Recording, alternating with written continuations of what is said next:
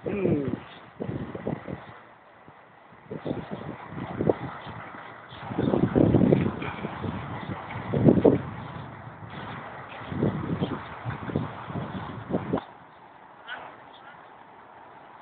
Oh.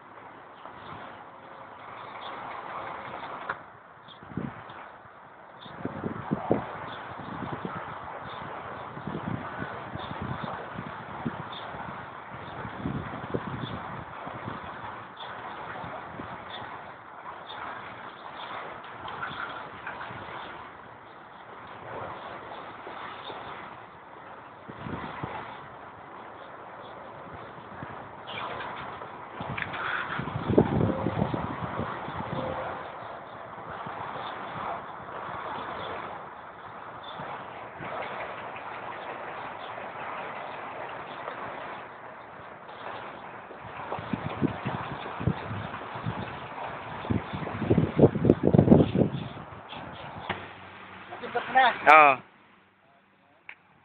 Oo, ingat na ako. Hindi na kakain mo. Tara. Oh, break naman. Sarap na yan eh. Hinog na eh. Ano? Saan ang hinog yan, Brad? Ito mo. Saan? Ito. Ito. Yan. Oh, yan. Oh. Yan pala pag hinog na. Ito. Sayang nga, hindi nila kinuha. Oh. Ubos na ito eh. Ito, bawal ang nakaw. Kahit isa. Hindi pwede kukuha. Hindi pwede. Bawal. Ito lang, bawal. Kasi ayos sila tao ito. Ano, ang dami.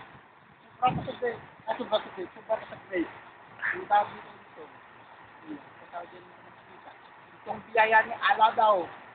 Si Ala to nagbibigay. Tuwing July, August. August, Pinas. August, 20. Di ba yun ang kinakain ni Mariam, Brad? Itong kinakain ni Miriam. Paanong December yun? Dapat July. Yung time na yun, yung nabuntot na si Jesus Christ, tayo pinanganak ni Jesus Christ, yung panahon ng tag-date yun, napunta. Yung date sa panahon noon ay August. Ngayon ito namumunga ito, tuwing August, at saka starting July, August. So bakit yung panganganakan o pagpila kayo sa December yan? Yung panahon yun, time ng date. Ito date ko eh. August. August 20 to ngayon. Di ba? Bakit nga mo, masarap to. Hello, assalamualaikum. Itong... Ay, nandito ko sa labas ng bahay ni Alvar. Sige, tama na yan.